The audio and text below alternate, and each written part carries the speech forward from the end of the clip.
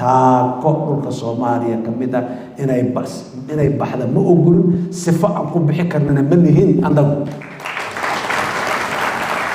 cid awood u leh dalka Soomaaliya cad kamida inay bixisahay ma jirto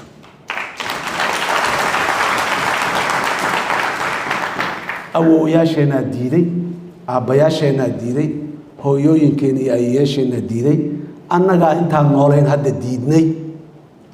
sinna suurtagal kuma aha inta yartaa ee maanta Soomaaliyada aan haysano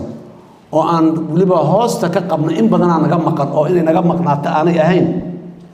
laakiin haddana aan inaan horumarsano nabadayno maxaan ku raadaay dadka ku nool iyo deegaanada wax aan qurxino aan ku ballanay maanta in ay cad kamida u baxayso dadka Soomaaliyeed ma ogola meel kasta ay joogaan xuduudda gudaheeda kuwa ku jiray xuduudda banaankeeda kuwa joogaba waan wada ognahay Soomaaliya baa